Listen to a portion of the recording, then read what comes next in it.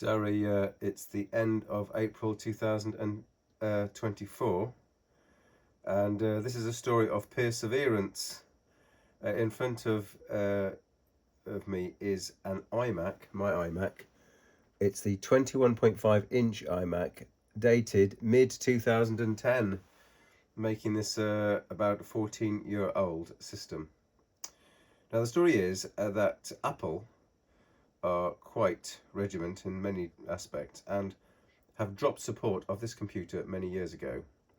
But as I've commented in other videos, there's a program called OCLP, Open Core Legacy Patcher, and that allows you to run later releases of macOS on what Apple would class as obsolete hardware. So until recently, this was running the last release of macOS, which was Ventura, already quite sluggish, and recently I've upgraded it to Sonoma, which is the current release. Now I wouldn't say it's got any faster. If anything, I would say it's got a little bit slower.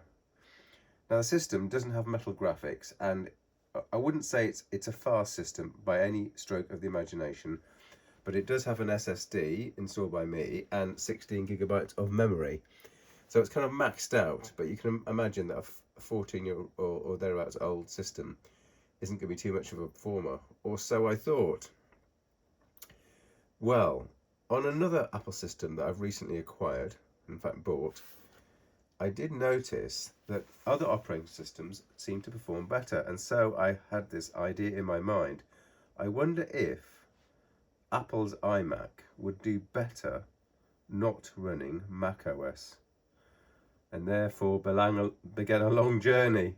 So literally it's been about 12 hours of work, and just about everything is working. Just about everything is working, apart from one or two tiny little matters.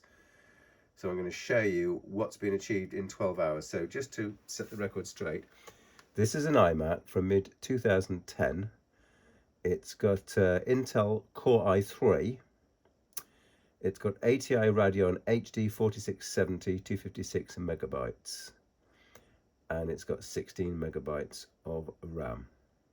Okay, so you see all the specs in front of you. We're going to shut this baby down. Basically, it does work, of course. Let's go into let's get an idea of speed. In fact, let's just try and load Edge. Dum-de-dum. The speed only became apparent, or the lack of speed only became apparent recently when I spent a day in here doing some work, and I was trying to use this as. You see, it's very slow. Let's try Google News, shall we? So, loading Google News. And it paints slowly. Everything is kind of slow. Now, if you're kind of a doddery old person who doesn't understand that computers should go more quickly, you probably wouldn't notice. But if you're an IT professional, or you're someone who uses the keyboard frequently, you really will start to get annoyed with the lack of speed. Anyway, without further ado, let's see what we've done, shall we? So we're going to shut this baby down in the standard fashion.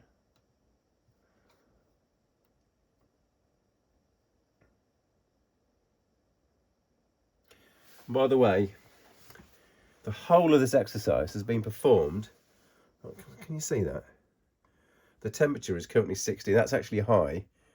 It's been about 13 degrees all day. I've been suitably clad in warm, fleecy clothing. Can you believe it? Right, I'm going to power it on, and we're going to go into the standard menu of OCLP, Open Core Legacy Patcher. But you'll see there's been some improvements.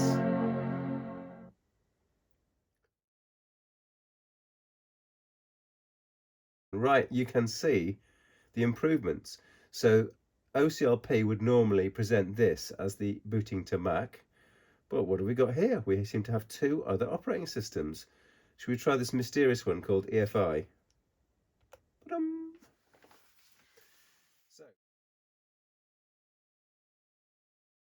So, as you'll see, this is the grub loader for Ubuntu.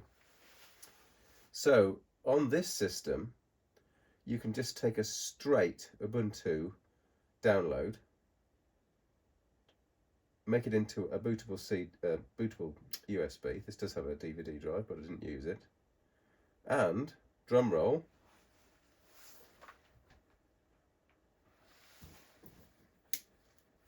Now we have a full Ubuntu system running quite perfectly.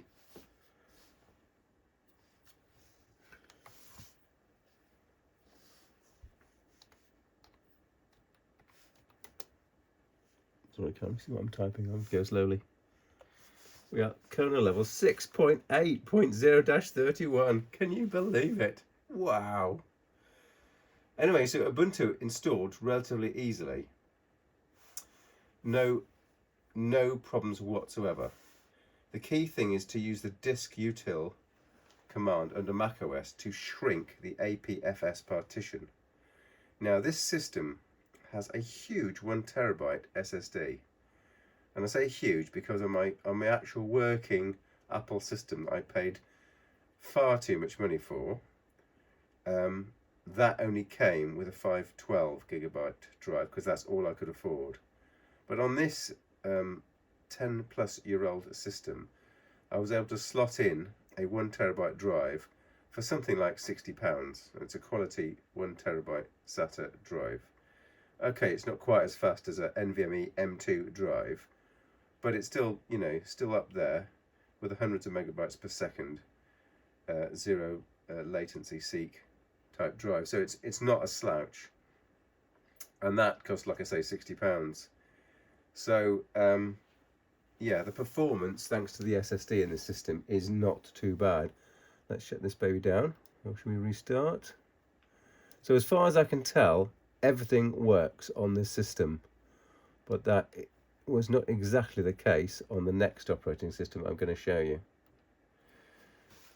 So I intend to document this, but there's been a few complications, and I'll come to that after I've shown you this last operating system boot.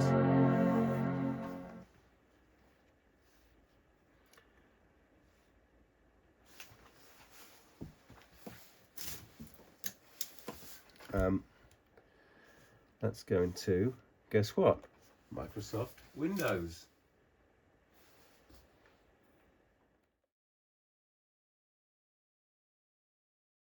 Microsoft Windows has taken me the best part of 10+ hours to get right, whereas Ubuntu Linux went in straight away. Microsoft Windows does not install at all cleanly, and it's been a long, rocky road to get here. I'd almost given up, I think about 7 times, but on the 8th attempt I got something to work. So the secret sauce is, again, I'm going to try and document this. I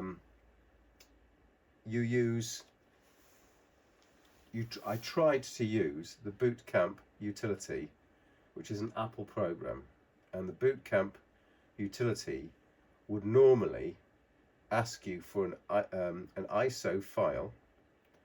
It takes that Microsoft Windows ISO file, and with a USB drive that you've inserted, creates a special bootable key, which it then boots into and installs a customized version of Windows with special drivers.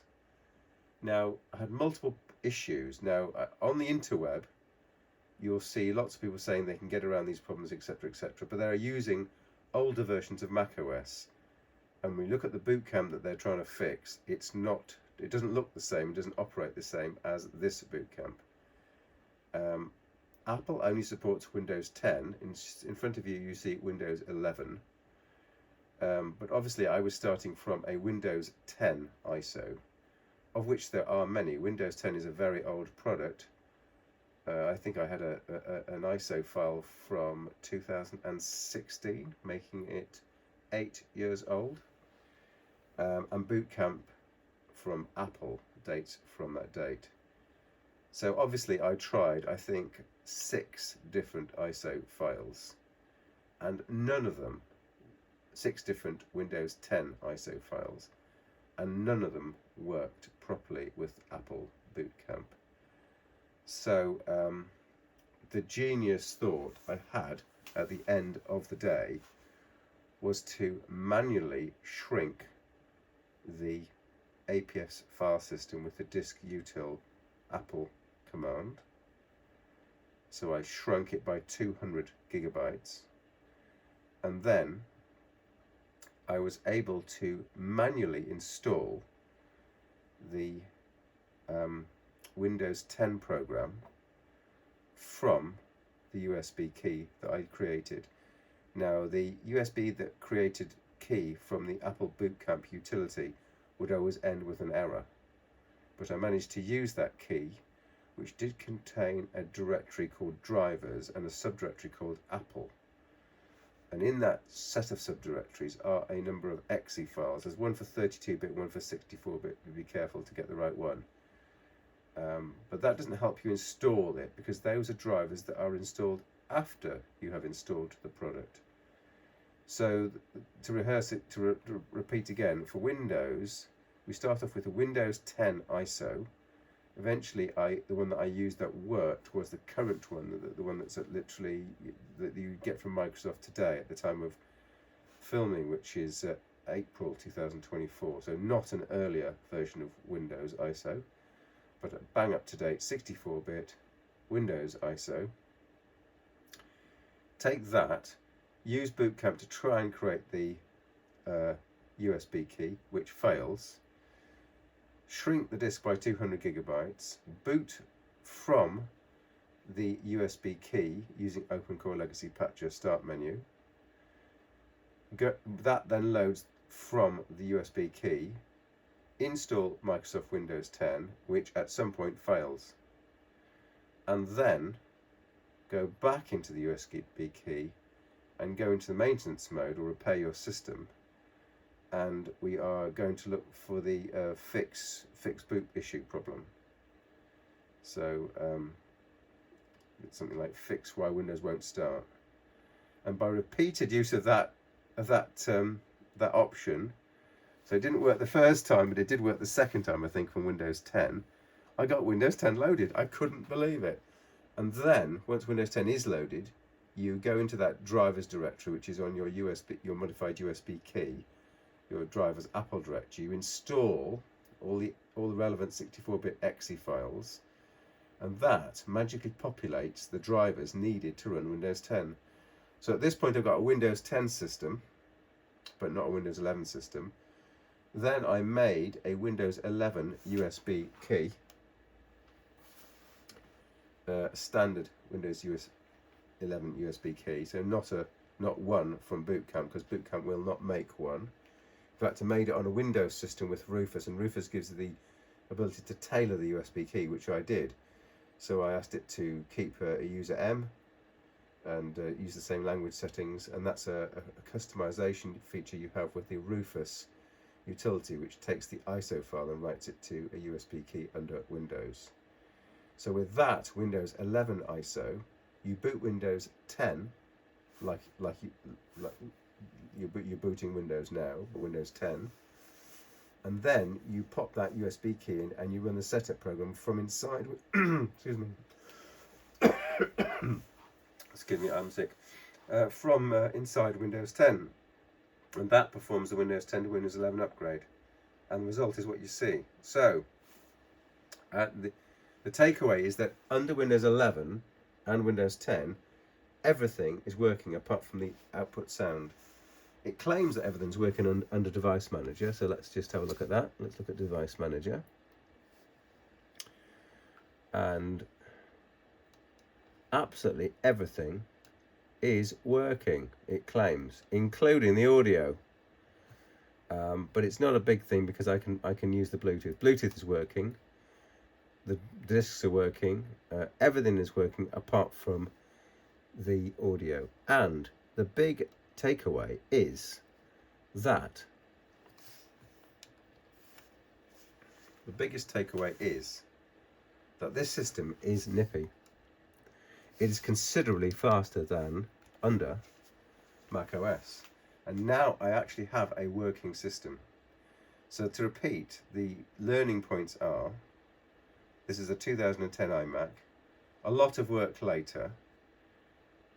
I do have a triple booting system which runs all of macOS Sonoma, Ubuntu 24 or Windows 11, but only Ubuntu and Windows 11 perform well. macOS does not perform well, and because the drivers for macOS don't support metal graphics, there's quite a few parts of macOS that don't work correctly. So ironically, this old girl is best running Windows or Linux. And there ends the demonstration for this evening.